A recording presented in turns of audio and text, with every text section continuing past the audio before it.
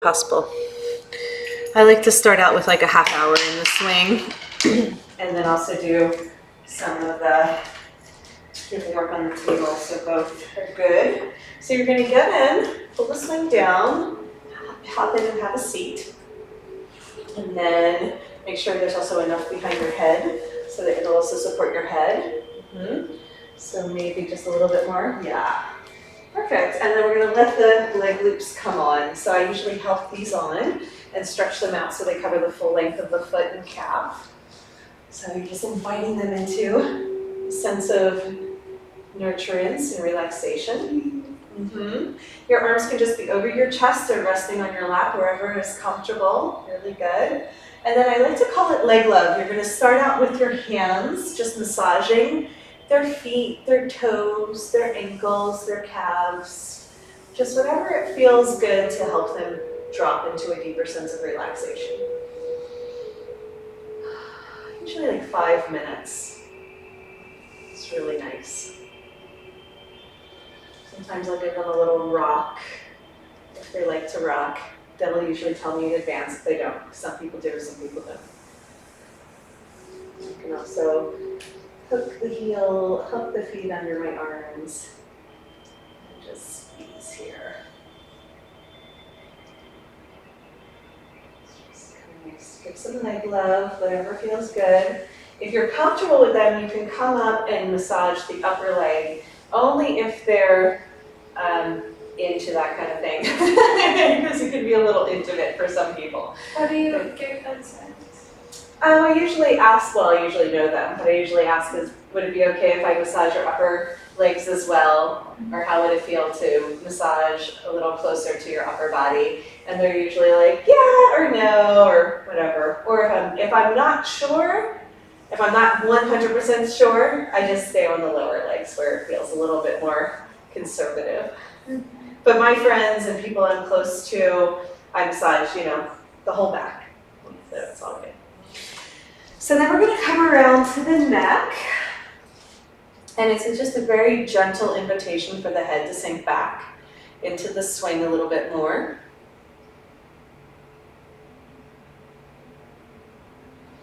And I call it like a body wash. We're just going to be very gentle over the surface of the skin through the swing to invite the nervous system to relax. You can do this from a standing position, particularly if you only have a few moments. And then I will lay down on the floor and massage from underneath, Yogassage from underneath if I have the time, and spend 5 minutes on the ground. So I'm laying with my chest kind of level with your head, and I'm going to use my toes to walk up and down the spine. I am laying with chillaxed arms so that my upper body is completely relaxed. And depending on the height of the swing, they might be a little bit higher or a little bit lower, so I can adjust as needed. Your swing's pretty high, so I have plenty of room. You can also use the knees if the swing is really low, but typically using the toes and the balls of the feet feel really good. So I'm walking up and down the spine a few times, helping the space between the vertebrae release and relax.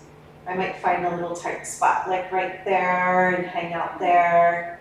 You can be very intuitive about it and pause at certain spots that are wanting more attention, or you can just do like a general wash.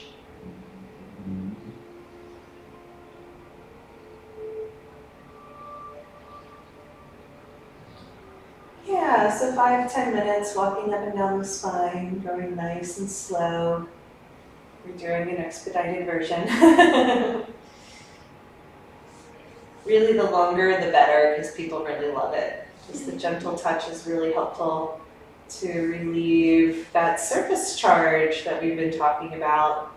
Sometimes rocking from behind the heart and the sacrum feels really good. And then I'll make my way to the shoulders, and I want to be pulling down towards the sacrum, towards the tailbone. And if it's comfortable, I'll start to straighten my legs Sometimes they'll rotate out to the side and you can just bend your knees and play with it. But if you can, you're going to push them away and straighten both legs. Get a little shoulder press. It's okay if you can't straighten the legs, you can just keep the knees bent and rock them back and forth.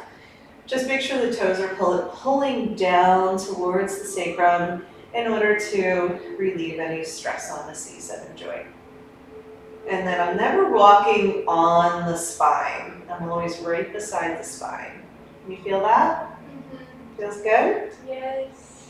Yeah, just a little bit goes a long way. So it's okay if they, like I was showing you, like you might sway out to the side and then the other side.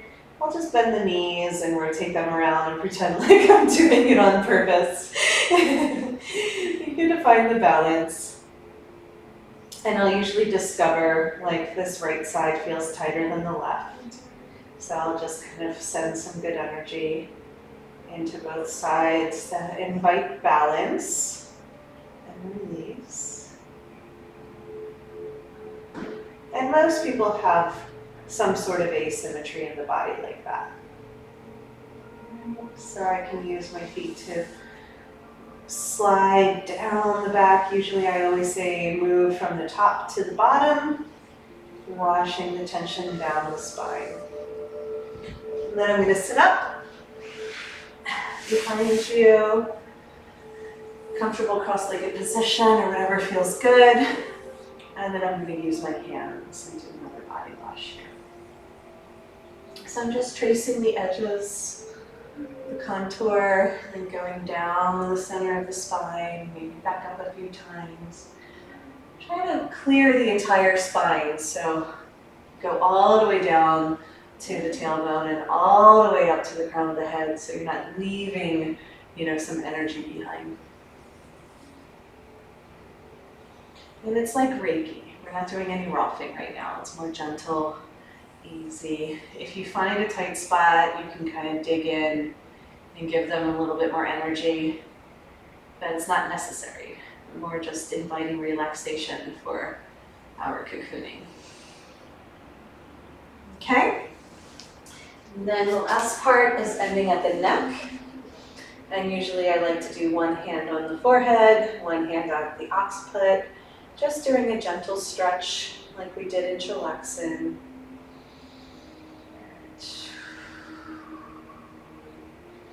You can also do a little body wash here. It always feels good to release the head and neck tension, inviting the thoughts to relax. If there's somebody you're really comfortable with, you can go inside the swing and do a little work on the head and neck. Typically the swing creates a layer of comfort and safety where touch is a little bit more welcome, particularly for my older friends who haven't had as much touch. Some of our younger generations are a little bit more comfortable with their bodies. But just feel it out, use your intuition or ask them.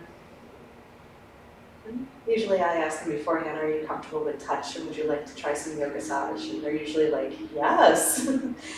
But you can tell if somebody's like, yeah, all right, that's really no. Right? And